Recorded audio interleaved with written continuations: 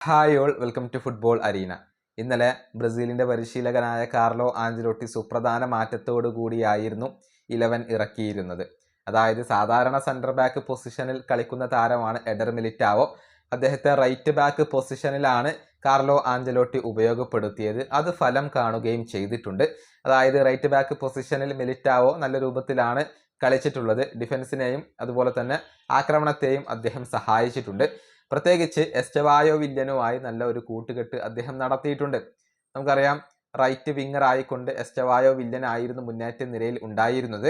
അദ്ദേഹം മികച്ച പ്രകടനം നടത്തി. ഈ രണ്ട് താരങ്ങളും ചേർന്നുകൊണ്ടുള്ള ഈ ഒരു സഖ്യം അഥവാ കൂട്ടുകെട്ട് അത് നല്ല രൂപത്തിൽ വർക്കായി എന്ന് പരിശീലകനായ കാർലോ ആഞ്ചലോട്ടി പറഞ്ഞിട്ടുണ്ട്.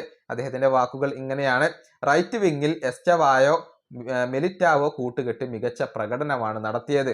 ആ കൂട്ടുകെട്ട് നല്ല രീതിയിൽ വർക്കായിട്ടുണ്ട്. ശാരീരികമായും മാനസികമായും നല്ല കരുത്തുറ്റ താരമാണ് മിലിറ്റാവോ. കഴിഞ്ഞ 2 വർഷത്തോളം മാനസികമായി അദ്ദേഹം ഏറെ കരുത്ത് പ്രാപിച്ചിട്ടുണ്ട്.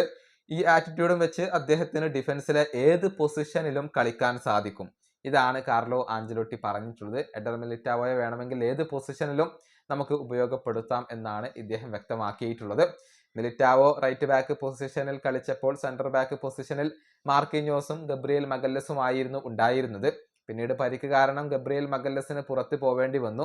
ബ്രസീലിന്റെ ഡിഫൻസ് മികച്ച പ്രകടനമാണ് നടത്തിയത്. കൂടാതെ ബ്രൂണോ ഗുയിമറസും കാസമിറോയും അടങ്ങുന്ന മധ്യനിരയും നല്ല രൂപത്തിൽ കളിച്ചിട്ടുണ്ട്.